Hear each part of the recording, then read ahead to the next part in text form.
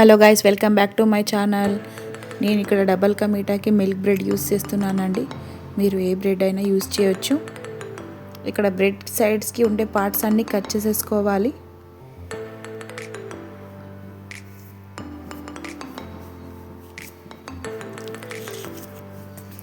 నేనైతే ఈ షేప్లో కట్ చేసుకుంటున్నానండి.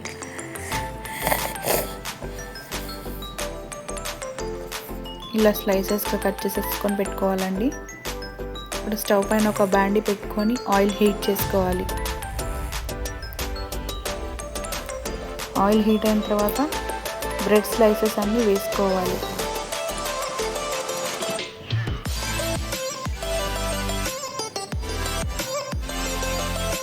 స్టవ్ని మీడియం ఫ్లేమ్లో పెట్టుకొని గోల్డెన్ బ్రౌన్ వచ్చేంత వరకు డీప్ ఫ్రై చేసుకోవాలి.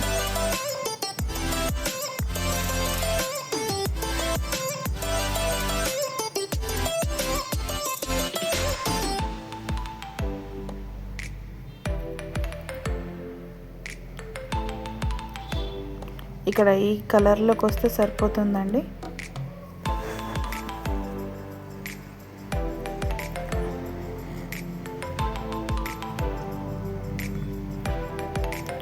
పాకం కోసం నేనైతే ఇప్పుడు 1 కప్ షుగర్ తీసుకుంటున్నానండి.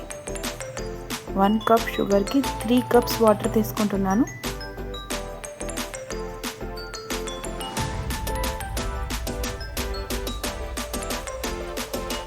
ఫ్లేవర్ కోసం నేను ఇలాచీ యాడ్ చేస్తున్నాను.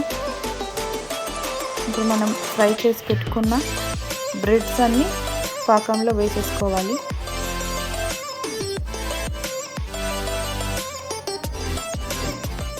ఒకసారి కలుపుకోండి.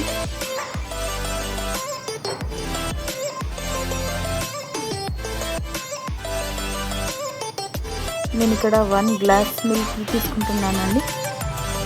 1 గ్లాస్ మిల్క్ తీసుకొని కలుపుకొని 2 మినిట్స్ మూత పెట్టుకోండి.